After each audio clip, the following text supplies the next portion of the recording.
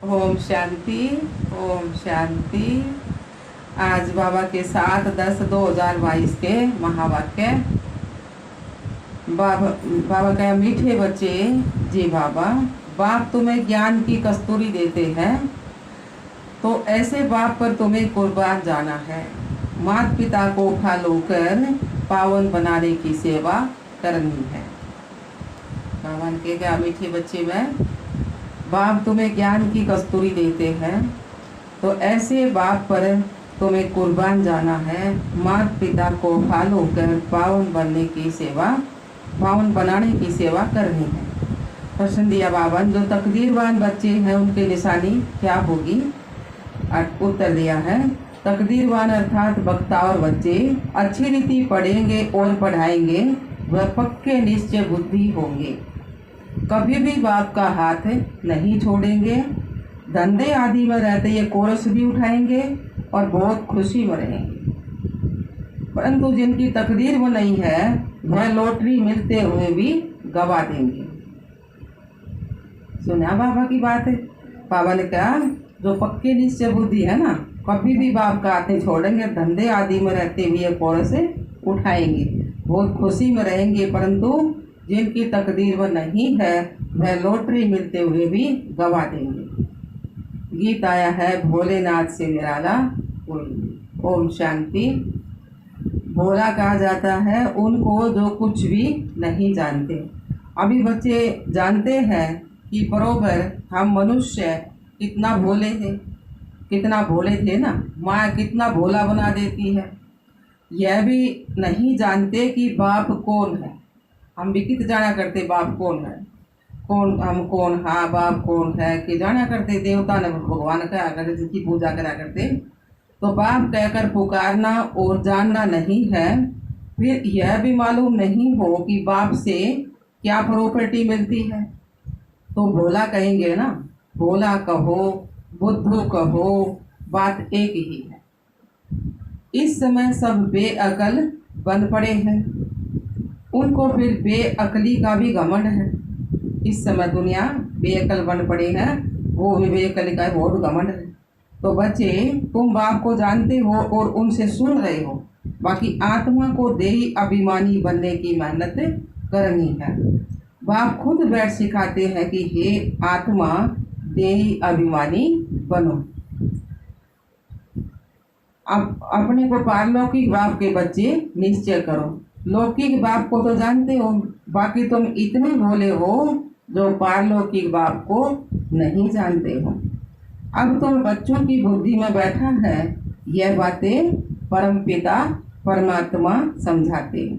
तुम छोटे बच्चे नहीं हो, तुम्हारे आर्गन से तो बड़े हैं ना, तो बाप समझाते हैं। अगर अपने को दे समझेंगे तो बाप को याद नहीं कर सकेंगे। अपने को देही अभिमानी समझो।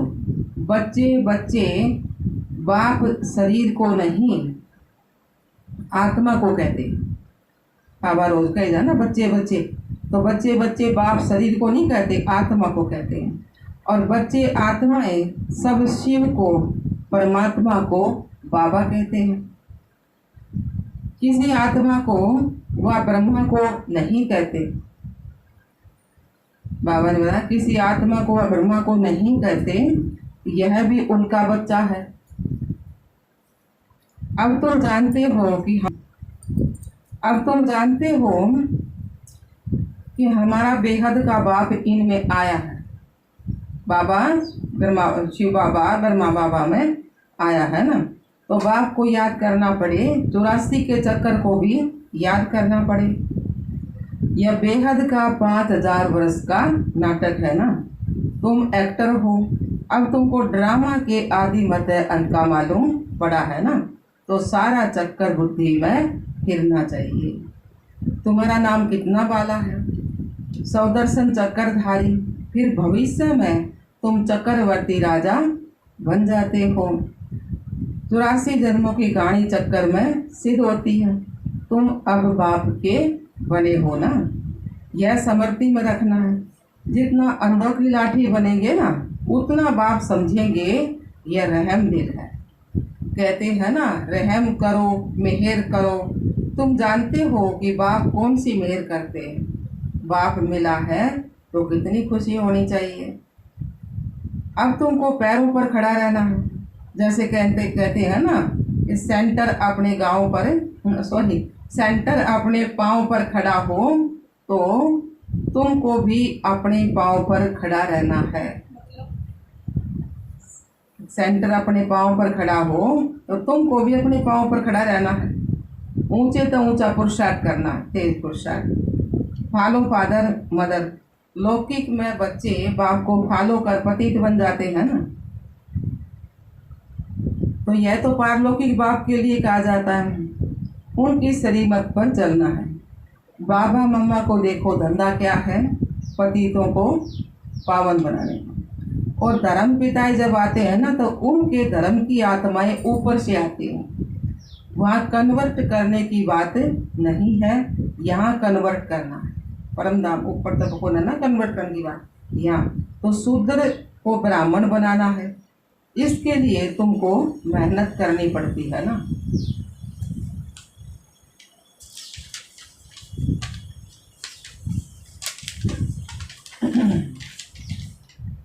तुम कितना लिटरेचर देते हो वह देखकर फाड़ देते हैं। तो तुम बच्चे हो रूप बसंत, जैसे बाप वैसे तुम बच्चे। तुमको ज्ञान की वर्षा करनी है। ये चित्र बड़े अच्छे हैं। त्रिमूर्ति का चित्र बड़ा जरूरी है। इसमें बाप और वर्षा दोनों ही आ जाते हैं। तो बाप के बगैर दादे का वर्षा कैसे मिलेगा?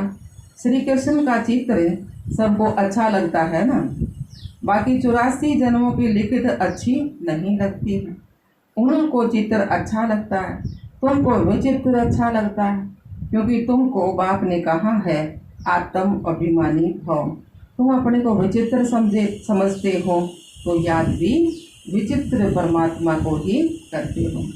बाप रचयिता है तो जरूर नई दुनिया ही रचते है ना। तो उसमें लक्ष्मी नारायण का राज्य था। लक्ष्मी नारायण का चित्र भी बनाया है ना, और लिखा हुआ है सर्वगुण संपन्न 16 कला संपूर्ण लक्ष्मी नारायण महाराजा महारानी। तो नशा रहता है ना कि हम बाप को याद करें, यह बंद रहे। तो सदैव बाबा बाबा कहते रहो और भविष्य पद को याद करो, तो तुम सतयुग में चले जाएंगे। जैसे एक मिसाल देते हैं ना, मैं भैंस हूँ, मैं भैंस हूँ, तो कहने से ही भैंस समझने लगा, परंतु कहने से कोई बन नहीं जाता है। बाकी तुम जानते हो कि मैं आत्मा नर से नारायण बन रहा हूँ, मैं अब बेगर हूँ, यह वंडर है ना। वहाँ एक तो राज्य नहीं करेंगे, उनकी डिनाइस्टी चलती है। वहाँ एक तो राज्य नहीं करेंगे, उनकी डिनाइस्टी चलती है, उनके बच्चे होंगे। फिर तो 1250 वर्ष लक्ष्मी नारायण थोड़े ही राज्य करेंगे। कहते हैं सतयुग की आयु बड़ी है, फिर भी प्रजा तो चाहिए ना। तुम्हारी बुद्धि में ज्ञान की पराकाष्ठा चाहिए।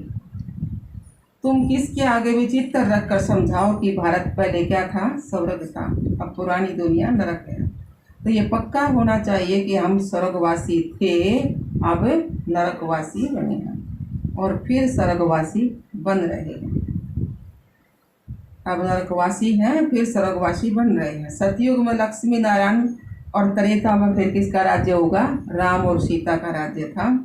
तो सब स्वर्गवासी थे। इस चक्कर में 84 का चक्कर सिद्ध होता है।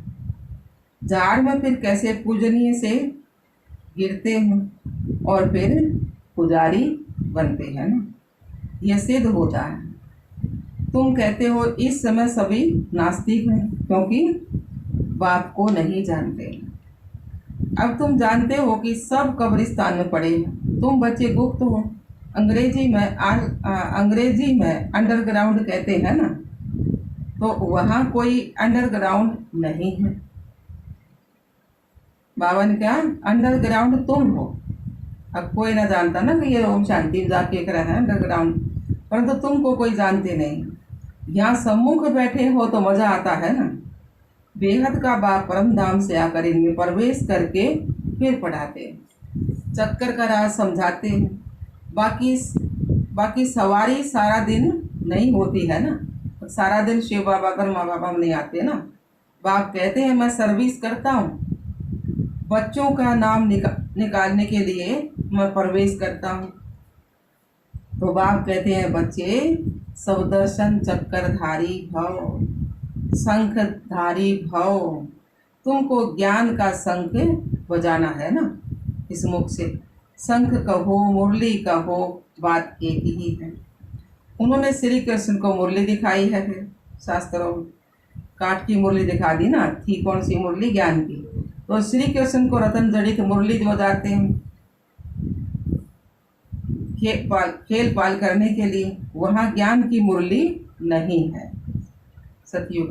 तुम बच्चों को बुद्धि में रखना कि जैसे कल पहले सतयुग पाठ बजाया था वैसे अब बजाएंगे। बाकी बाबा से तो वर्षा ले लेवे, परंतु बच्चे घर में जाते हैं तो भूल जाते हैं। बाप कहते हैं यहाँ से पक्के हो जाओ, धंधा बल करो, परंतु बाप को याद करते रहो। 1 सेकंड का कोर्स उठाओ, जैसे बहुत शादी करके भी पढ़ते हैं ना, तो तुम भी धंधे में रहते पढ़ाई जरूर पढ़ो। कुमार कुमारी के लिए तो बहुत ही सहज है। सिर्फ ये बुद्धि में रहे कि मेरा तो एक शिव बाबा दूसरा ना कोई। तो ब्रह्मा के लिए नहीं कहा जाता ना। बाबा पूछते हैं कब से निश्चय हुआ है? अगर निश्चय है तो ऐसे बाप को कभी भी नहीं छोड़ना चाहिए। जब तक बाप ना कहे कि पढ़कर पढ़ाओ, तो तुम बच्चों को तो बहुत खुशी होनी चाहिए। जैसे गरीब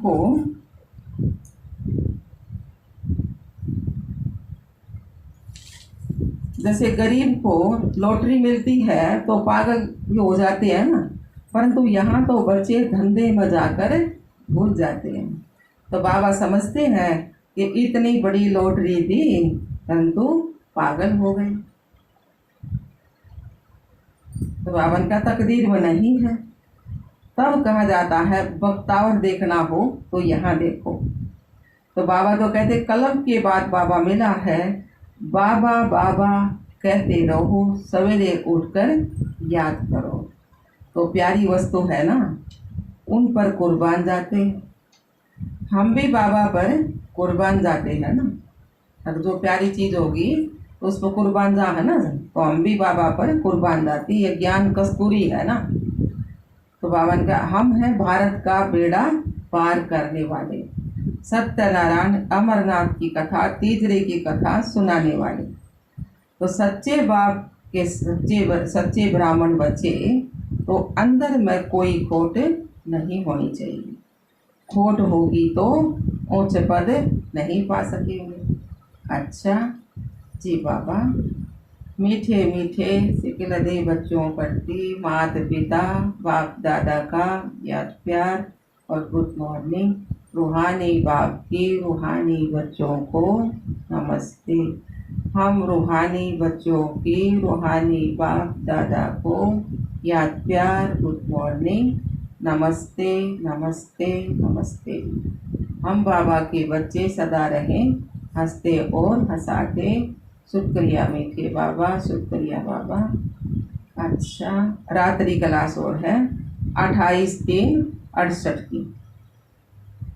तो बाप ने समझाया है कि ऐसी प्रैक्टिस करो जहाँ सभी कुछ देखते हुए पाठ बजाते हुए बुद्धि बाप की तरफ लगी रहे।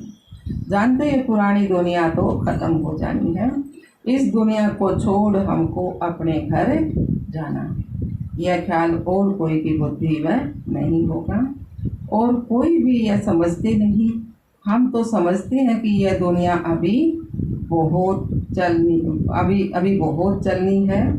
तुम बच्चे जानते हो कि हम अभी अपनी नई दुनिया में जा रहे हैं, राजयोग सीख रहे हैं। थोड़े ही समय में हम सतयुगी नई दुनिया में अथवा अमरपुरी में जाएंगे। अभी तुम बदल रहे हो ना, आसुरी मनुष्य से बदल देवी मनुष्य बन रहे हैं। बाप मनुष्य से देवता बना रहे हैं। देवताओं में देवी गुण होते हैं ना, तो हैं तो वह भी मनुष्य, परंतु उनमें देवी गुण, बाबा ने कहा देवताओं में देवी गुण होते हैं ना, तो वह भी है मनुष्य, परंतु उनमें देवी गुण नहीं है। तो यहाँ के मनुष्यों में देवी गुण नहीं है ना, आसुरी गुण है। तुम जानते हो ये आसुरी राउंड राज्य फिर न रहेगा। अभी हम देवी गुण धारण कर रहे हैं। अपने जन्म जन्मांतर के पाप भी योग बल से भस्म कर रहे हैं। करते हैं या नहीं? करते हैं ना बाबा की याद से। तो वह तो हर एक अपनी गति को जानते हैं। हर एक को अपने को दुर्गति से सतगति में लाना है ना, अर्थात सतयुग में जाने के लिए पुरुषार्थ करना है। सतयुग में है विश्व की बादशाही, एक ही राज्य होता है। ये लक्ष्मी नारायण विश्व के महाराजन है ना। दुनिया को इन बातों का पता नहीं है। वन वन से इनों की राजाई शुरू होती है ना सतयुग में। तुम जानते हो कि यह बन रहे हैं। बाप अपने से भी बच्चों को ऊंच ले जाते हैं, इसलिए बाबा बच्चों को नमस्ते करते हैं। ज्ञान सूर्य, ज्ञान चंद्रमा, ज्ञान लक्की सितारे। ज्ञान सूर्य कौन है? शिव बाबा। ज्ञान चंद्रमा ब्रह्मा बाबा, और लक्की सितारे हम बाबा के बच्चे। तुम लक्की हो ना, भगवान मिल गया तो हम कितने भाग्यशाली हैं ना। समझते हो बाबा बिल्कुल ठीक अर्थ सही नमस्ते करते हैं। तो बाप आकर बहुत सुख गनवे देते हैं ना। यह ज्ञान भी बड़ा वंडरफुल है। तुम्हारी राजाई भी वंडरफुल है, तुम्हारी आत्मा भी वंडरफुल है। रचयिता और रचना के आदि मध्य अंत का सारा नॉलेज तुम्हारी बुद्धि में है। तुमको आप समान बनाने के लिए कितनी मेहनत करनी पड़ती है। कौन करे हैं? बाबा। बाबा कहे ना तुमको आप समान बनाने के लिए कितनी मेहनत करनी पड़ती है। मैं कल्प पहले वाली हरेक की तकदीर है, कल्प पहले वाली हरेक की तकदीर, तो फिर भी बाप पुरुषार्थ कराते रहते हैं। बाबा कहे है कल्प पहले वाली तकदीर, फिर भी बाप पुरुषार्थ कराते रहते हैं। यह नहीं बता सकते कि 8 रतन कौन बनेंगे, बताने का पार्ट ही नहीं है। आगे चल तुम अपने पार्ट को भी जान जाओगे। जो जैसा पुरुषार्थ करेगा ऐसा ही भाग्य बनाएंगे। बाप है रास्ता बताने वाला, तो जितना जो उस पर चलेंगे।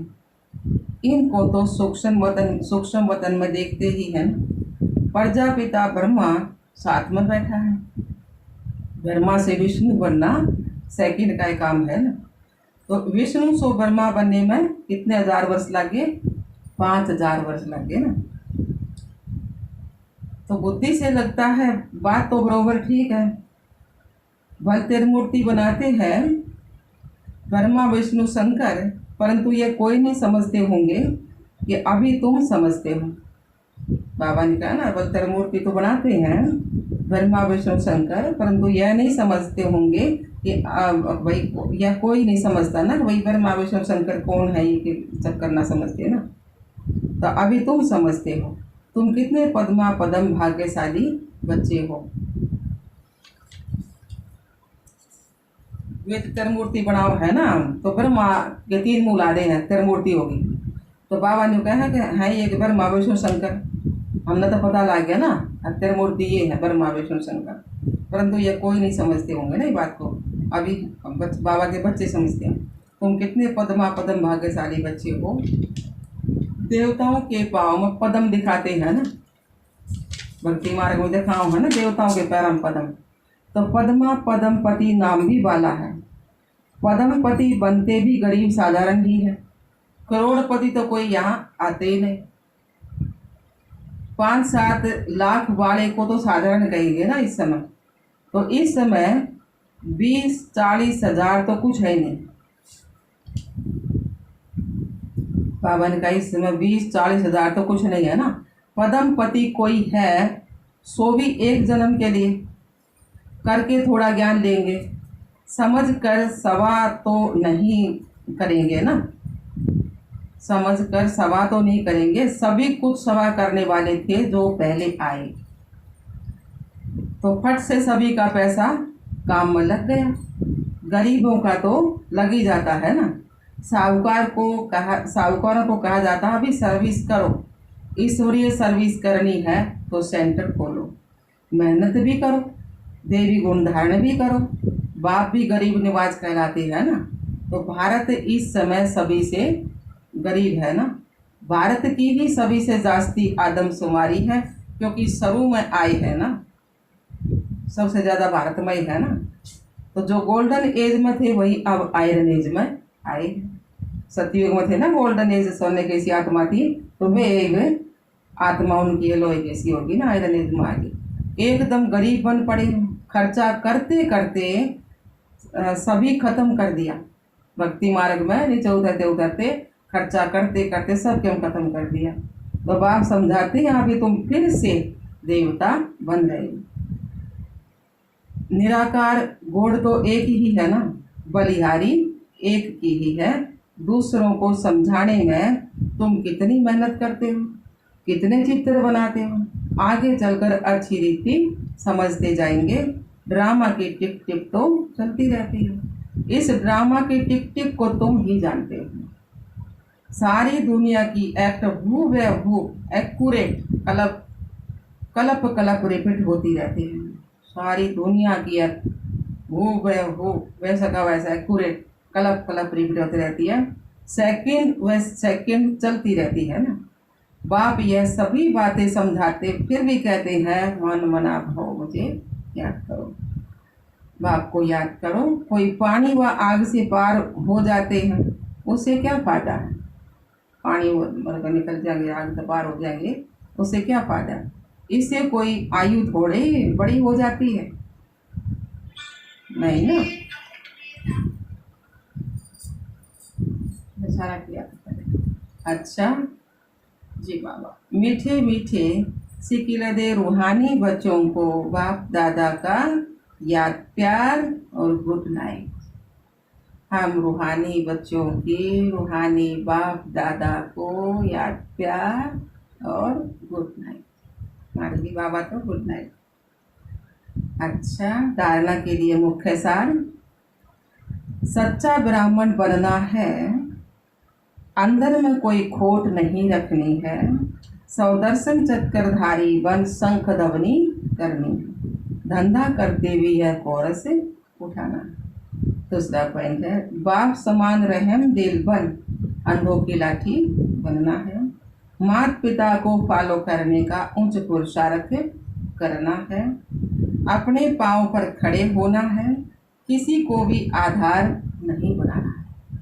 बाबा ने क्या ना, किसी को भी आधार नहीं बनाना है, अपने पांव पर खड़ा होना है। वरदान दिया बाबा ने, सदा हजूर को हाजिर समझ साथ का अनुभव करने वाले कंबाइंड रूपधारी भव। सदा हजूर को हाजिर समझ साथ का अनुभव करने वाले कंबाइंड रूपधारी भव। साथ दिया बाबा ने, बच्चे जब भी स्नेह से बाप को याद करते हैं तो समीप और साथ का अनुभव करते हैं। दिल से बाबा कहा और दिलाराम हाजिर, दिल से बाबा कहा और दिलाराम हाजिर, इसलिए कहते हैं हजूर हाजिर है, हाजिरा हजूर है। स्नेह की विधि से हर स्थान पर हर एक के पास हजूर हाजिर हो जाते हैं। अनुभवी ही इस अनुभव को जानते हैं।